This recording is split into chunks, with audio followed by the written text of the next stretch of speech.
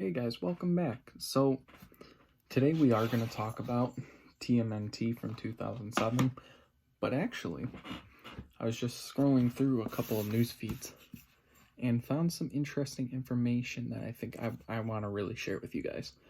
First up, when we talked about Hercules, I mentioned that, I was interested in the live action movie. Well, they announced today that there is going to be one. And the only information we have on it right now is it's directed by the Russo brothers. So my interest in the movie actually just went up. Because if you don't know, the Russo brothers are behind Captain America Winter Soldier, Captain America Civil War, and both Infinity War and Endgame. And obviously a slew of other movies.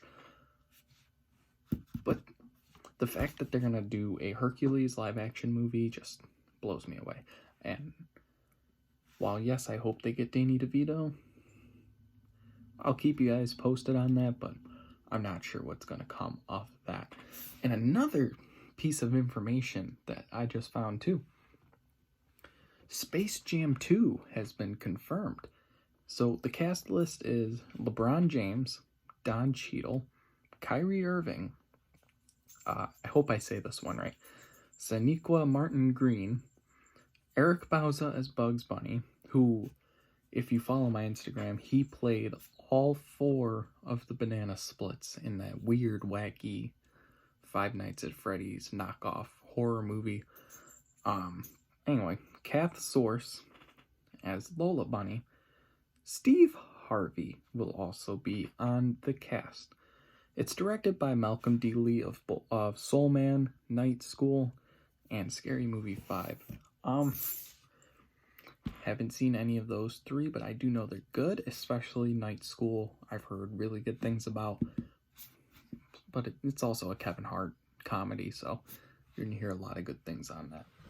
So that's that stuff. I really wanted to make sure we talked about it, just because we did touch on Hercules back when I did that video, and we also talked about Space Jam 2, the first Space Jam, I should say, in my top 10 movies to watch with your family. So back to what we were talking about, Ninja Turtles, TMNT from 2007. I mentioned that I got this movie, my sister got it for me for my birthday many years ago. I was probably turning 9 or 10. I watched that like every night. So I hold it in a high regard as it being one of the movies I'm most nostalgic for. Now, well, let's get through some facts first. It's directed by Kevin Munro, and it stars Chris Evans as Casey Jones. Mako, I'm not going to even try the last name because I know I'm not going to say it right, so I'm just going to leave it at Mako as Splinter. Sarah Michelle Gellar as April O'Neil. Noah North as Raphael. James Arnold Taylor as Leonardo. Get this, Patrick Stewart as Winters. Mikey Kelly as Michelangelo. Mitchell Whitefield as Donatello. And I know I'm going to butcher this one too, but we'll try it. Zhang Ziyi as Karai. Chris Evans, Sarah Michelle Gellar, Patrick Stewart.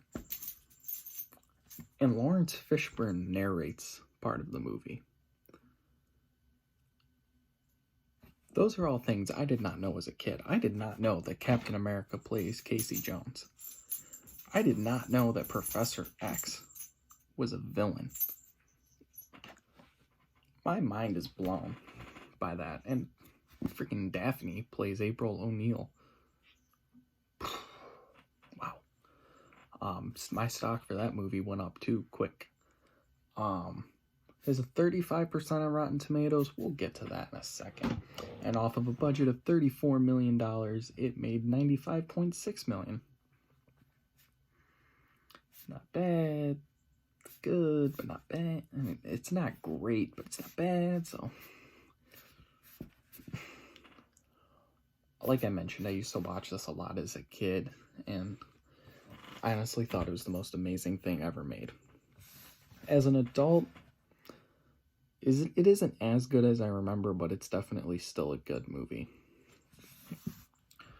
One of the few big issues I have about this movie would be Raphael and Leonardo's constant petty squabbling, because Leonardo was sent by Splinter to go training, and then the three others fell apart. Donnie's now running a phone service, which joke I remember repeating a lot as a kid, but I never understood it until when I watched it last night, is Donatello says, "I'm not playing hard to get. I am trying to tell you, sir, this is not that kind of phone service."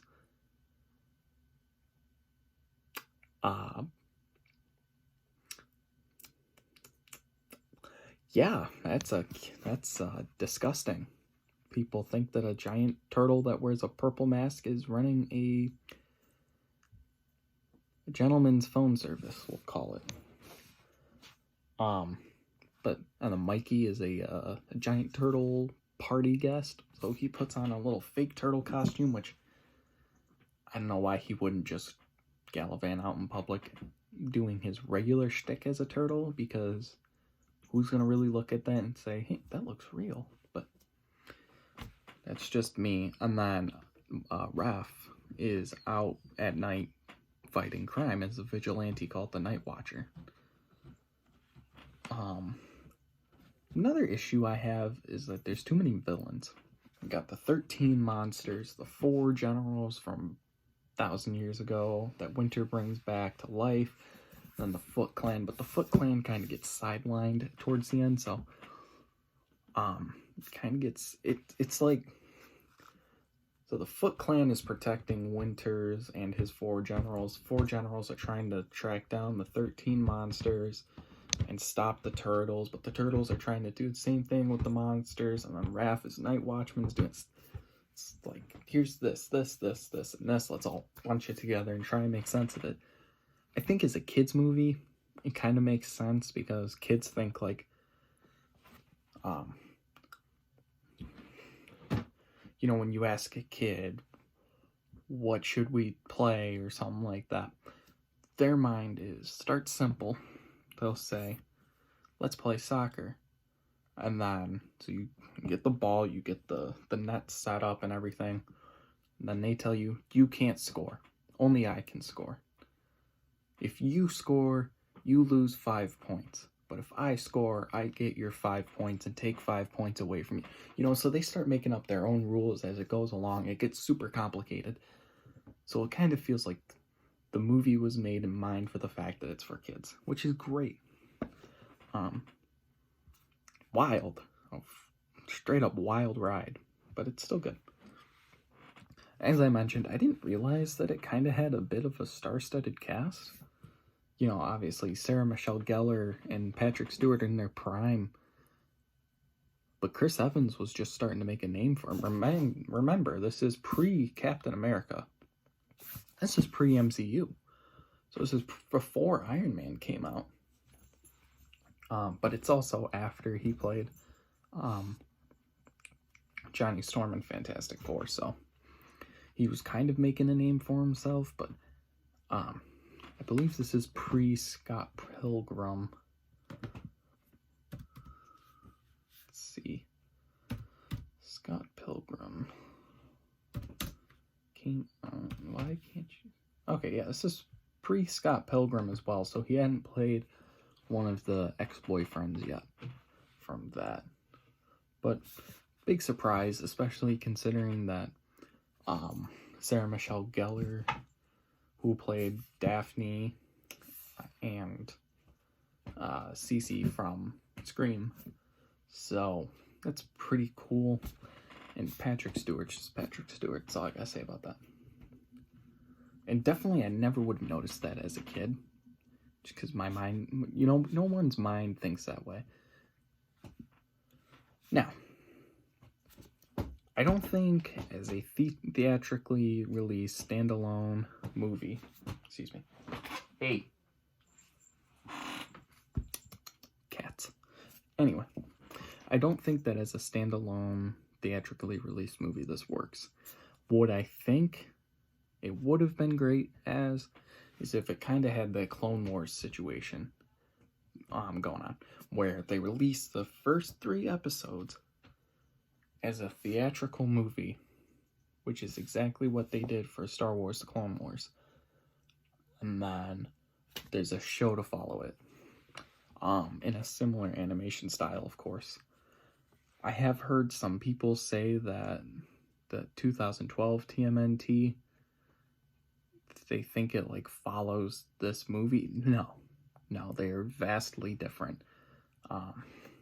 While this is rated PG, any movie that would come from that show would have to be rated G, because that is like the most juvenile, childish show I've ever seen. It still has some good plot points, but it's juvenile, you know. It's giant turtles. Of course it's going to be juvenile, but there's a difference. This is a little more hardcore, and I think it would have worked better for this. I've also heard people theorize that this is a continuation of what happens after the 2003 Ninja Turtles. I'd actually be okay with that if it was in the style of that, but there was a movie called Turtles Forever that featured the 2003 Turtles and the 1980s Ninja Turtles, you know, these guys right here. But I don't think this is a continuation of that at all. So it's short because it's only 87 minutes long, and that's kind of why I think it would have worked way better as, you know, hey, here's 3 episodes put into a theatrically released movie. Now here's another season of that. Tell us what you think. If you like it, you get more. Which is kind of pretty much what happened with the Clone Wars. I mean, they released the movie, then you got a season, and now you have 6 other seasons to go with it. Thanks, of course, to Disney Plus for giving us that extra season.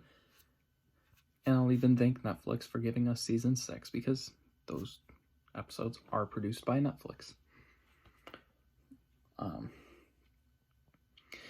Now, I definitely like that this movie has that family undertone, where even though Raph and Leonardo do nothing but argue throughout it, they have each other's back at the end. And I like that. I have 3 brothers, and I can tell you right now that, you know, we may argue, but nobody's messing with us without the other 3 getting involved. So I'm going to give this a 7 out of 10. And I have to admit, my nostalgia for the movie kind of took over just a tiny bit. But it is still good, just not as mind-blowing as I thought it was. And I know I had worried that it wasn't going to live up to what I thought, and I can say that it kind of lives up perfectly. I remember watching as things went on, going, I remember that. I remember that. It's still a good sequence. My favorite sequence is actually the diner sequence, which is where Raph goes in as Night Watcher and kind of gets into a fight with this monster that sort of reminded me of the alien Shredder from 2003's Ninja Turtles, which was also as like Ninja Turtles Cyberspace, Back to the Future. I don't remember. Oh, Ninja Turtles Fast Forward. That's what it was.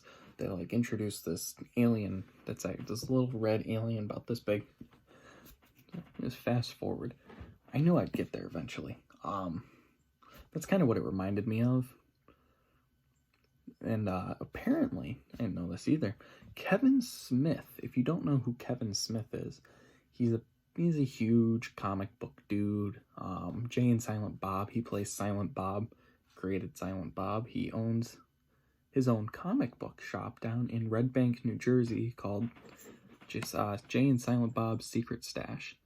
He also produced Jersey Girl, which was a movie. I think I have it in here on VHS. No, I don't. Apparently, never mind.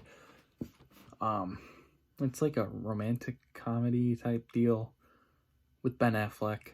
So he does a lot of things with Ben Affleck. But yeah, I mean, I didn't know who Kevin Smith was back then. And when I was watching it, I started to hear his voice, so I looked it up, and sure enough, right there.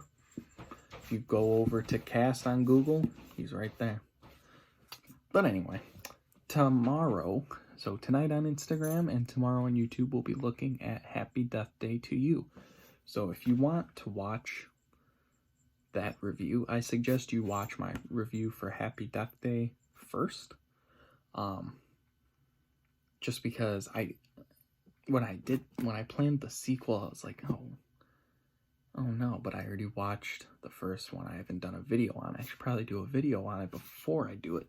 So I threw that in there as a bonus. I'm gonna start going through the movies I've already done and do reviews on those. If you're interested in that, if you want to go through my Instagram and maybe comment on it and say on a post and just say, do this video if you're interested. Just keep in mind that I'm waiting for quarantine to lift to do Star Wars to have my friend on. We're very excited about that idea. So until tomorrow, I'm Luke, and I will see you guys later.